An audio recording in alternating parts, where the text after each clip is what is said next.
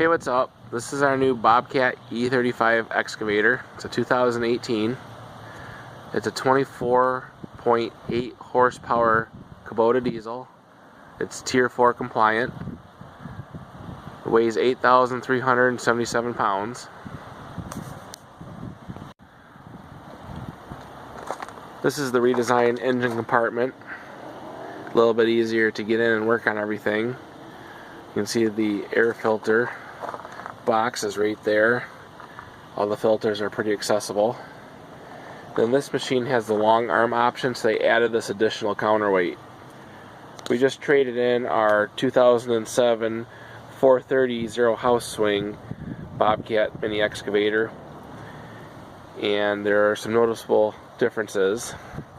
For instance, with the zero house swing, you could rotate completely with inside your track footprint, and you didn't have to worry about anything sticking out behind you. But because of the long arm option, this additional counterweight sticks out a couple inches past the tracks when you rotate.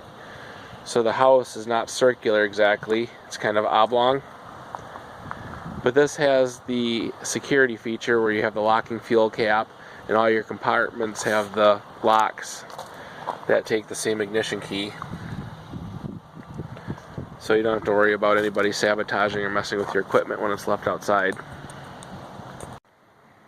One of the most noticeable features on this machine is we upgraded to the angling dozer blade.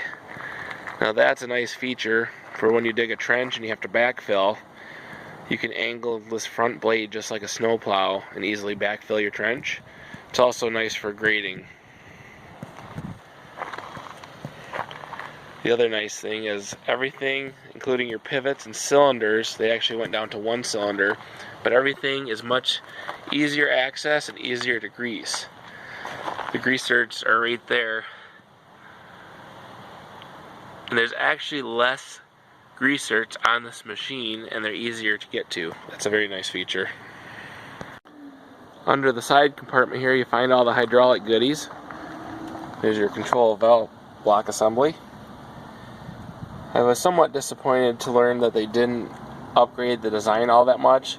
Basically, you have a bunch of individual hydraulic valves sandwiched together, and they have about $80 gaskets in between.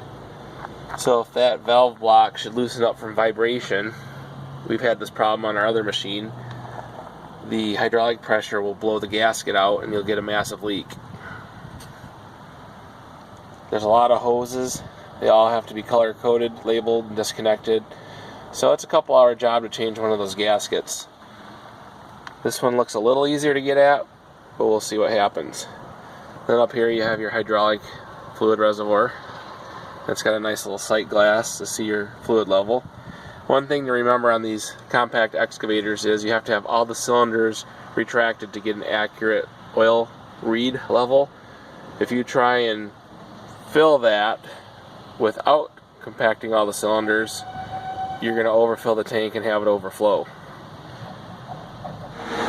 Here's our 2018 S570 and our 2013 S570. And I'm parked behind the screen tarp there to keep the sun and weather off. The footprint on this machine is slightly shorter, but the performance of this machine is better compared to the old 430 zero house swing.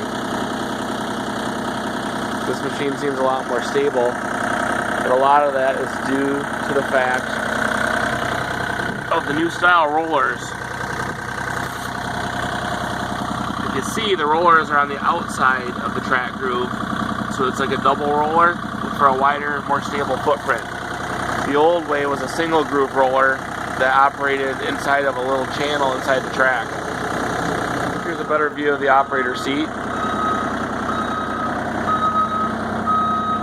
It's actually a comfortable control area / workstation.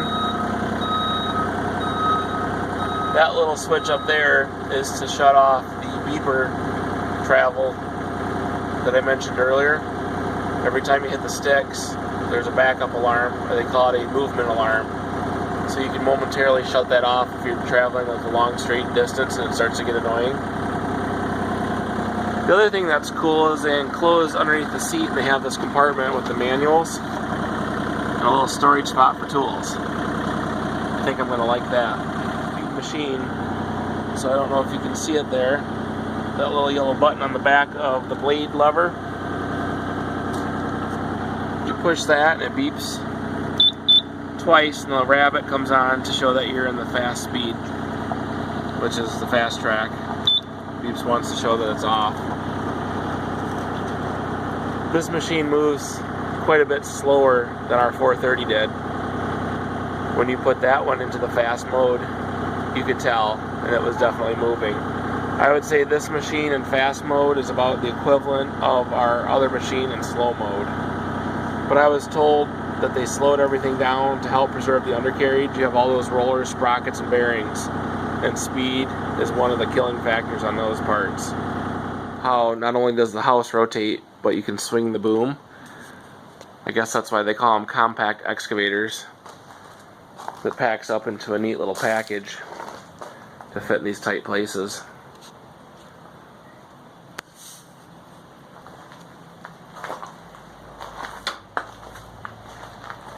Fits in there like a nice little package. Thanks for watching.